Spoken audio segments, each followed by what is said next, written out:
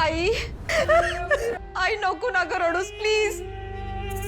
नाही ग, सहन नाही होत नाही. माझी बहिणी कसं सहन करते बाई मला नाही कळत.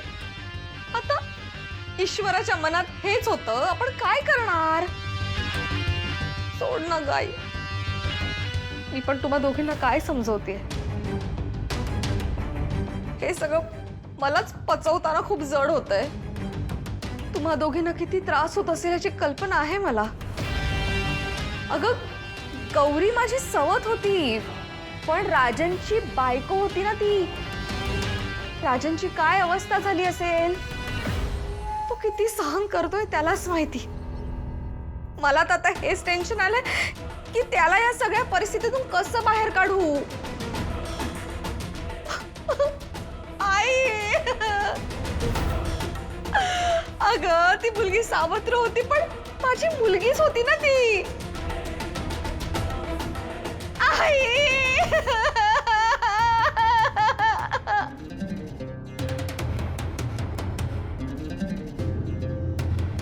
बहिणी, आता असं रडत बसून राहणं याचा काही उपयोग आहे का? नाही ना. जी परिस्थिती समोर आलेली आहे तिला आपण स्वीकार करायचा. आणि मी काय म्हणते, आता तू फक्त एक काम कर. तू तुझ्या प्रॉपर्टीचे जे काही कागदपत्र करायचे होते, जे अनिकाच्या नावे तू सगळी गोष्ट करणार होतीस, ते एकदाच करून टाक आणि मोकळी हो. नाही म्हणजे हिचंच तू दिलेला शब्द पालटायला नको म्हणून आपलं म्हटलं मी. मी का आणि कशाला शब्द पाळटेन कामिनी. प्रेस समोर सुद्धा मी ते कबूल केलंय ना. पण ही वेळ आहे का या सगळ्या गोष्टी बोलायची. माणुसकी नावाची गोष्ट जरा सुद्धा नाहीये का तुझ्यापाशी. काय बोलतेस तू वहिनी.